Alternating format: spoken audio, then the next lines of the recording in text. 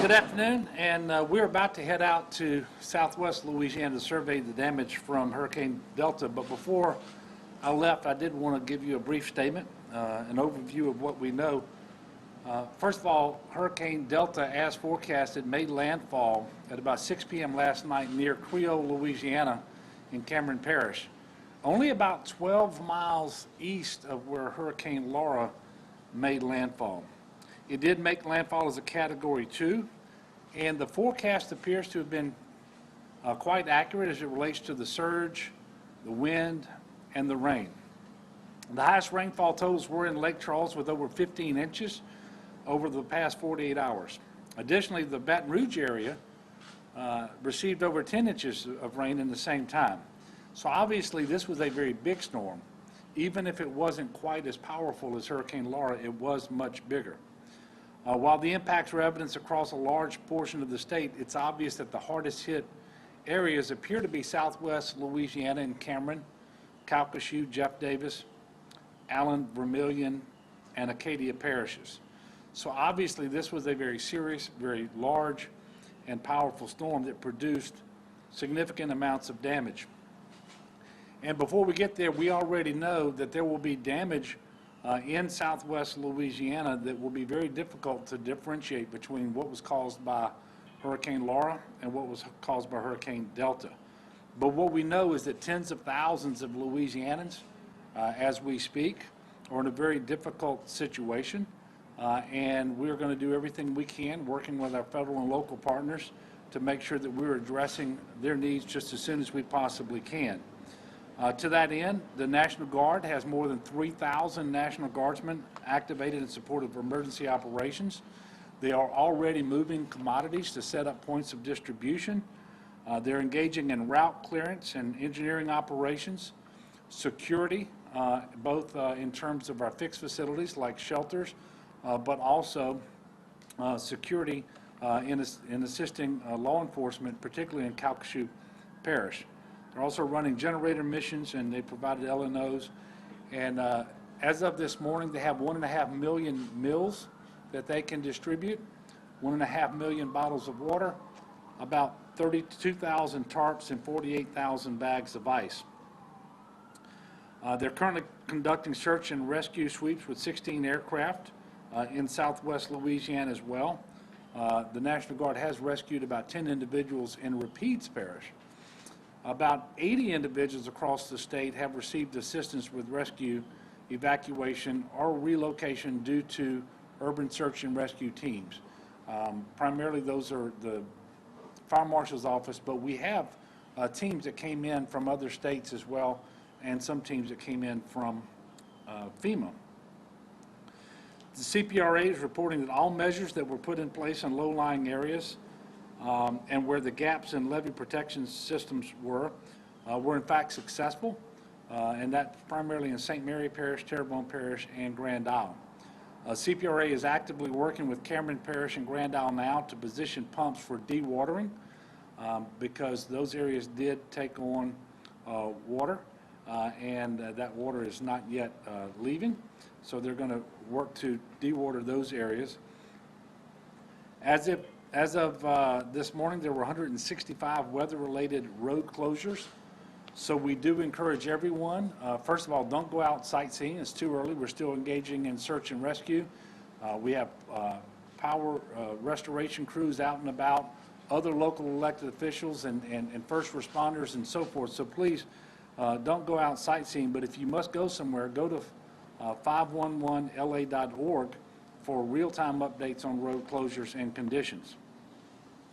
Thank God, as of right now, we're not reporting any fatalities related to Hurricane Delta.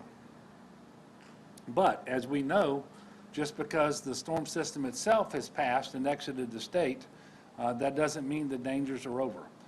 So for example, they're talking about temperatures in southwest Louisiana today in the upper 80s. We know we had some people die of heat-related illnesses. We also know that there was carbon monoxide poisoning when people ran generators, and we're going to get to power outages in just a moment. We had people who were killed by traumatic incidents, whether they were falling off their roofs or they were cutting up trees that fell on them. So everybody needs to exercise a lot of caution, even now, and really especially now. With respect to power outages, oddly enough, because Hurricane Delta was much larger in terms of its wind field, there were more power outages from Delta than there were with Laura. The peak was 688,000 outages across the state of Louisiana. As of noon, that number had decreased to 600,000. And so restoration appears to be progressing more rapidly than was the case after Laura, and that's because the damage to the infrastructure is not as significant. But that's still an awful lot of power outages. Current levels of 25% of all customers in Louisiana are without power as we speak. So we still have an awful lot of work to do with respect to restoring power. The good news is we have about 10,000 utility workers in state right now working on this. If you are using a generator, please be safe, careful, follow the directions, make sure it's at least 20 feet away from your home, out in a well-ventilated area, and not close to a window or a vent, not in a crawl space, certainly not in your home or in a garage. As of this morning, 9,441 Louisianans were in shelters. Of these, 935 were evacuated because of Hurricane Delta. They were in shelters, both parish shelters and in state shelters as well. There are still 8,394 Hurricane Laura evacuees being sheltered, almost all of whom in hotels, and that includes 2,027 that are in Texas. After Hurricane Laura, we continued to receive people who needed shelter for several days after the storm. This could happen now after Hurricane Delta. It will depend on how fast the restoration of electricity occurs. But we do expect that there will be some additional individuals who will need sheltering over the next couple of 3 nights. We're in active discussion with our federal partners to secure all the assistance that we can for the state of Louisiana, including nutrition assistance. And so we're looking for waivers and food assistance for people across the state of Louisiana and in those parishes that were most impacted by the 2 hurricanes. And we're going to have more information on this soon. But for more information about Disaster SNAP, and it hasn't been authorized or turned on for this particular disaster, but you can text LAD-SNAP to 898-211. You'll get more information, and if you're in one of the impacted areas and you want to go ahead and pre-register so that you can get that out of the way in the event that DSNAP is turned on, you can do that. Remember, however, that registration is not an application, and if and when DSNAP is activated, you will still need to apply. Again, you go to LAD-SNAP, text LAD-SNAP to 898-211. We are blessed in a way with good weather over the next several days.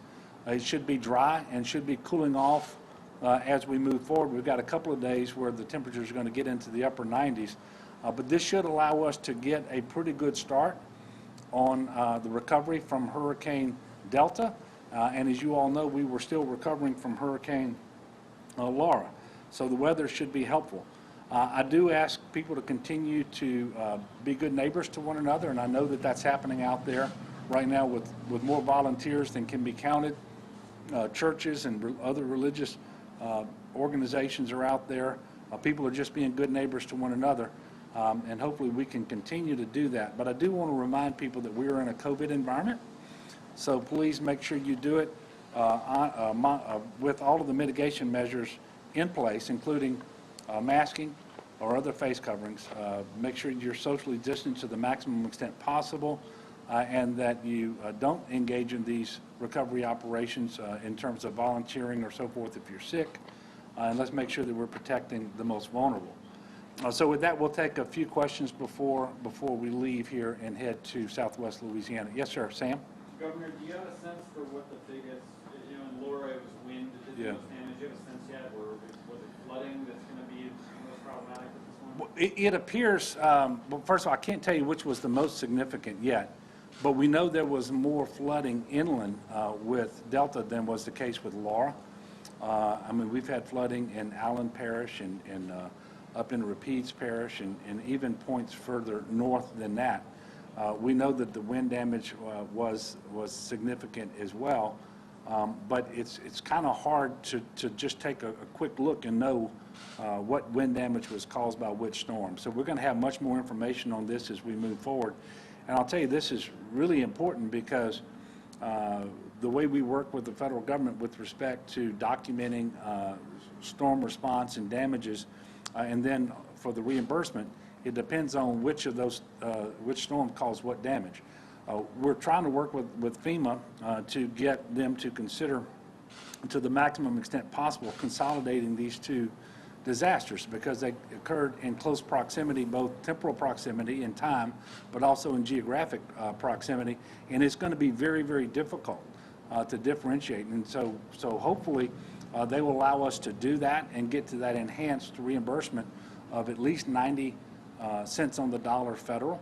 And then, of course, we had already had a request in for all Category B and for debris removal to be at 100%, and we're still waiting on that response from the federal government. Yes, ma'am. Governor, ahead of the storm, you talked about the concern about all the piles of debris in southwest Louisiana because of Laura and the fact that those could become projectiles and do more damage. It doesn't sound like a lot of that happened. Is that the same report you're getting? Yeah, and of course, I haven't had those personal conversations with the number of individuals on the ground that I would need to have a better idea. I will tell you, I did call and spot check. It appears that the vast majority of the debris was always going to be vegetative. That didn't really get picked up and blown around. But where you had construction and demolition debris, so maybe you had a sheet of tin that would catch the wind and blow around, but it doesn't appear to have been the problem that we thought it might be. You know, one thing that's worth mentioning, and this kind of goes to how every storm is unique, and just because you think you know what to expect from previous storms doesn't mean you should ever let your guard down. It seems that in many ways this storm was stronger on the west side than it was on the east side, which is very strange and not something that the Weather Service expected or talked to us about. But in terms of wind speed and in some places where the rain fell, a stronger storm on the west side, even though as it came ashore at 6 p.m. yesterday, the eye was actually collapsing already, and you had dry air feeding into the system from the south, and we know that it went over cooler water just before it made landfall. But the strongest parts of the storm appeared to be on the west side, and that's where you saw much of the debris that did get blown around was actually over in that portion of Lake Charles and west of Lake Charles. Yes, sir. Did you end up opening the bastard shelter or not? We did, and in fact, the vast majority of people who sheltered last night because of Hurricane Delta sheltered in Bastrop. And that was, I think, well over 800. Any other? Yes, sir. Any timeline on power restoration? I know you mentioned it might be quicker than... Yeah, no, so they're still doing the initial damage assessments. And they really don't want to make a guess, offer a guess right now or an estimate of restoration. But it does appear that the damage to the infrastructure, especially the transmission lines, those large towers, much, much less significant this time than the first time. And if that's true, we're going to see restoration happen much more quickly. We especially think that's going to be the case in North Louisiana. And then as you move back down towards southwest Louisiana, it's obviously going to take a little longer. But this appears to be not transmission related, but distribution related, where we're going to have to replace some of the ordinary utility poles and that sort of thing. So it should be faster, and I hope so, because right now we have numerous water systems, hospitals, nursing homes, and other things that are operating on generator power. And as you know, generators over time, they have a tendency to fail, and so we're having to make sure that we have redundant generators available and that sort of thing.